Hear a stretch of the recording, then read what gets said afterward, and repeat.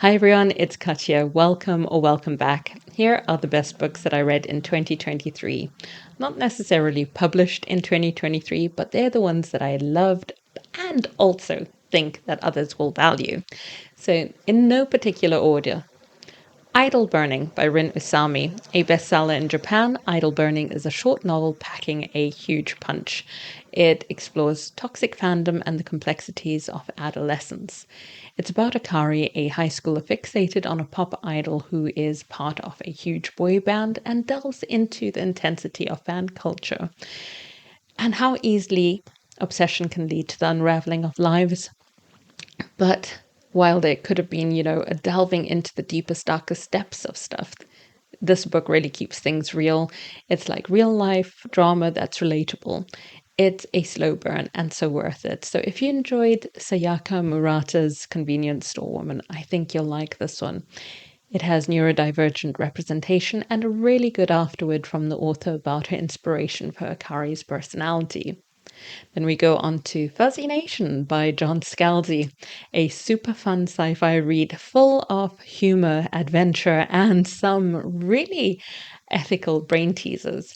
Scalzi reimagines Little Fuzzy by H. Beam Piper, but with his own unique twist, and we follow Jack Halloway's adventures and moral dilemmas on Zarathustra.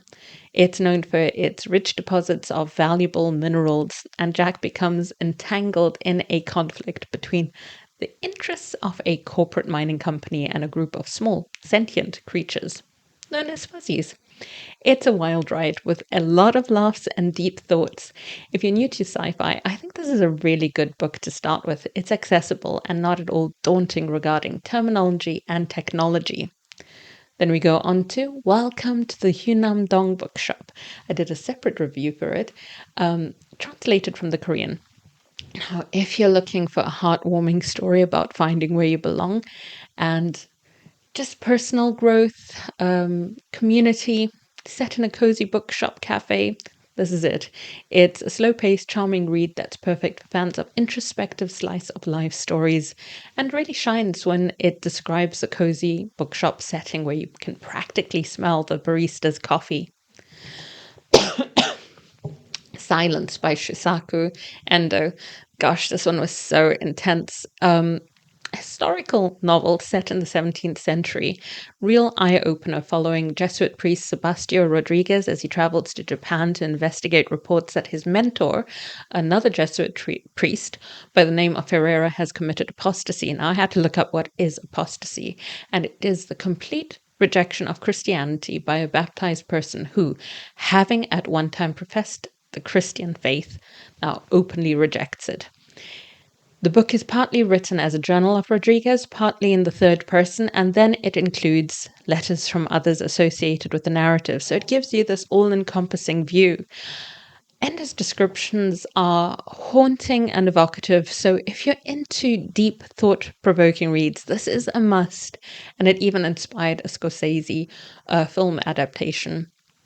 Now, I read it soon after reading Shogun.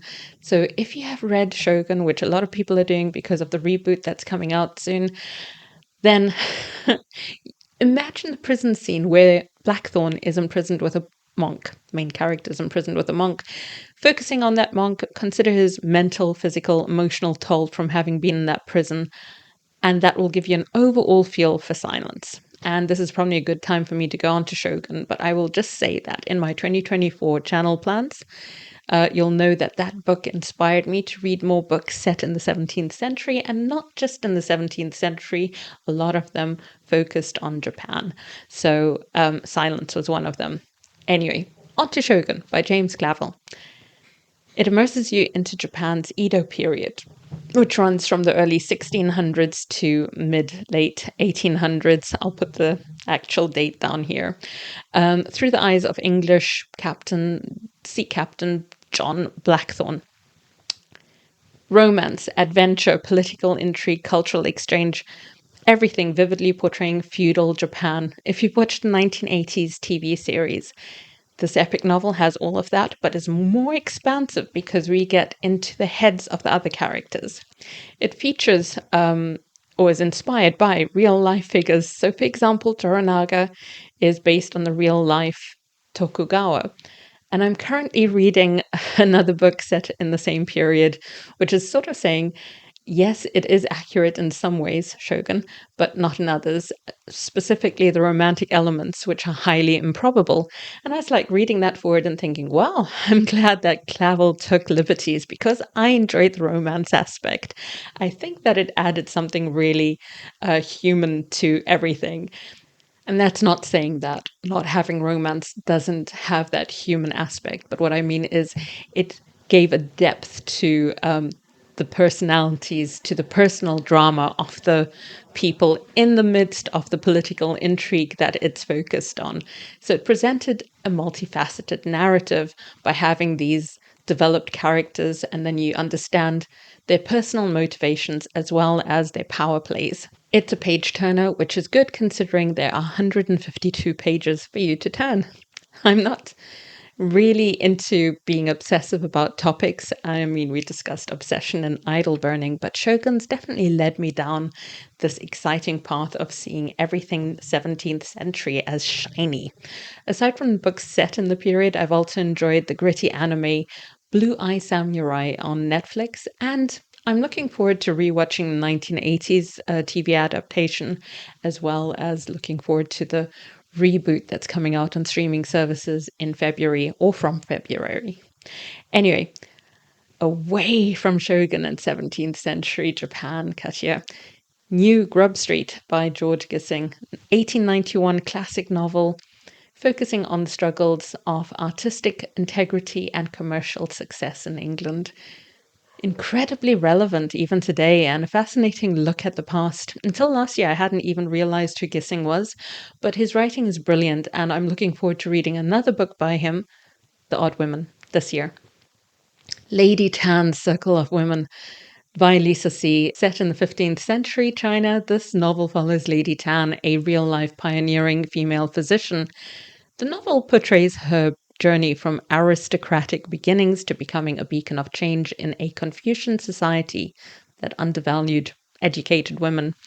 Her friendship with Mei Ling, a midwife from a different social background, forms the core of this narrative. C's research and world building are incredible, offering a deep dive into women's lives in ancient China. And it's clear to me why so many people into historical fiction value Lisa C's work. Then we go on to Jaguanana by Cypriana Quenzi.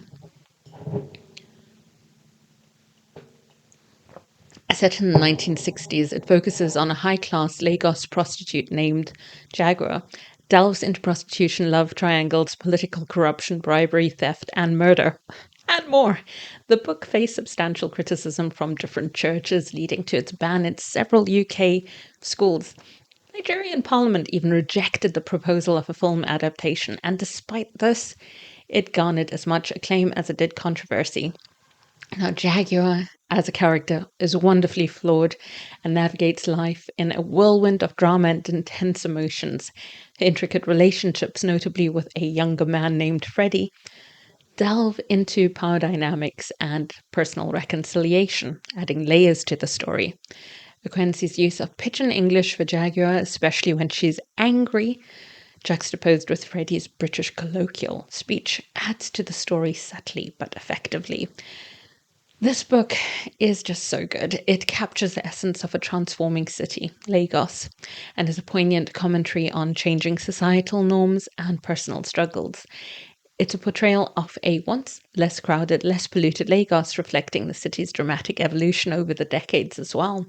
So, for context, I went on to look up some data on Wikipedia, and when the book was written, Lagos had 1.4 million inhabitants, and today it has nearly 24 million. Jagianana really stands out as a modern classic, offering insightful reflections on a time and a place that, while now transformed, remains highly relevant in today's world. The Witness for the Dead by Catherine Addison is a fantastic fantasy mystery that you can dive into even if you haven't read The Goblin Emperor, though they are set in the same magical world and the Goblin Emperor comes first, and that's where we first meet the main character, Kelahar. This is a character study of Kelleher and blends the fantasy and the mystery that we talked about. He takes center stage, part detective, part priest. This novel really shines in depiction of how he communes with the dead as part of his sleuthing and provides a captivating narrative that will keep you engrossed as each layer of the mystery is peeled back. Then we have The Shadows of the Gods, Book 1 in the Bloodsworn Saga by John Gwynne, a brilliant mix of Norse mythology, magic, and action. Having the perspectives of three characters provides such a panoramic view of the world and its conflicts, with each character being well developed and intriguing. So, yeah, it's brutal, but the blend of Norse-inspired mythology, magic, and warfare really ensures a captivating experience for the reader. Then we go on to Tess Gerritsen's The Spy Coast, the inaugural novel in the Martini Club series. Masterfully combining espionage with societal insights. It's set in Purity, Maine, and follows former spy Maggie Bird, whose CIA past resurfaces in a small town setting. The Martini Club, including other retired CIA spies, adds warmth and intrigue as they unite to protect Maggie. The dynamic between the club and the local acting police chief, Joe, really adds a fun bit of tension. And the sharp writing and immersive flashbacks enrich the story. Flashbacks taking us all across the world, Malta, Bangkok, I don't know, lots of places. It's thrilling and beautifully crafted novel. I think it's a must for, fans of thrillers and great storytelling. Then we have Sunburn by Chloe Michelle Howarth, a moving story set in a traditional 1990s town in Ireland, focusing on Lucy, a young woman grappling with her sexual identity amidst her community's expectations for her to find herself a nice local boy. Yeah, the story itself intensifies as Lucy's relationship with her school friend transforms to beautifully capture the essence of first love and adolescent anxieties. It's made that much more complicated by the fear of coming out to your family. Lucy's a quirky, flawed, but such likable character whose internal conflict is central to the theme, to the narrative, creating a realistic and engaging growth arc about the complexities of self-discovery, identity, and societal conformity. Then we have Eleanor Catton's Birnam Wood. Birnam Wood, of course, being an inspiration from Shakespeare's Macbeth, an eco-thriller that's rich in character and plot. It follows the journey of a guerrilla gardening group, Birnam Wood, as they inadvertently become entangled in a global power play. The character development is on point, with Catton really crafting individuals as complex as they are compelling. I mean, sometimes they felt on the borderline with caricature, but it was so well done. The narrative plunges the reader into a world where every action has consequences and moral ambiguity reigns. The political and ecological backdrop make you consider ethical questions regarding our environment and the power and influence that is held by the wealthy. Then we go on to Tom Cruise, The New Life. This brings Victorian London to life, delving into the complexities of relationships and hidden desires in 1894. The novel revolves around John Addington and Henry Ellis, two characters based on historical figures, as they challenge societal norms through a pioneering book on sexuality.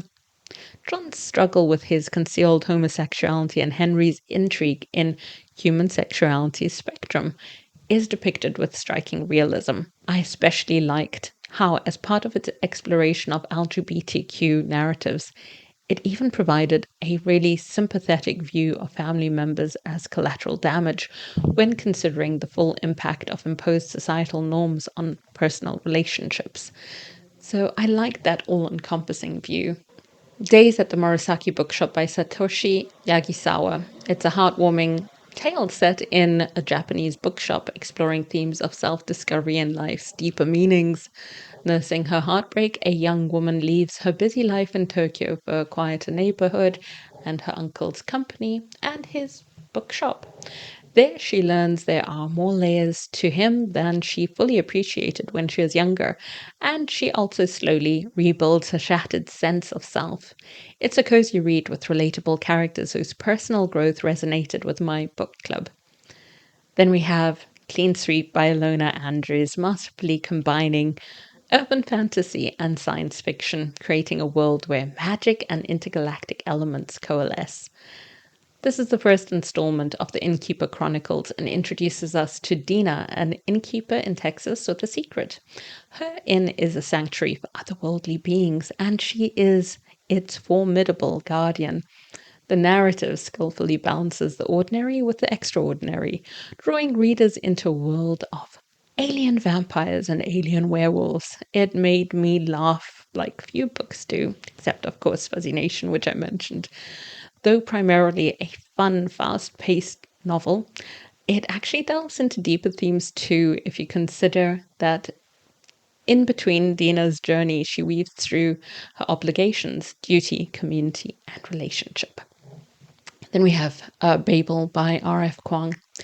I'm late to the party with this book, which I think a lot of people had on their best of 2022 lists. A historical fantasy novel with a twist set in a richly reimagined 19th century world. The story centers around the prestigious Babel Institute, a renowned academic institution where translation is the key to unleashing magical power. The protagonist, navigating the academic world, becomes increasingly aware of the ethical and moral dilemmas posed by the Empire's use of language and magic for its gain, which gets the reader thinking about imperialism and greed and our current history. I say current history, but our own history. So Kwang's mastery of world building really shines. She creates a historically accurate yet fantastical world, and the narrative expertly navigates the complexities of linguistic theory, making it an integral part of the story's magic system. It's the sort of fresh take that got a few of my friends reading fantasy for the first time in a long time. And in fact, they didn't even realize they were reading fantasy. It was as though Babel had transcended genre. So definitely had to be on my list. Are there any books that you enjoyed in 2023 that you want to share? Do share them in the comments. Let me know if you've read any of the ones that I shared, or if they're going onto your list to read later this year. And thanks so much for tuning in. Take care.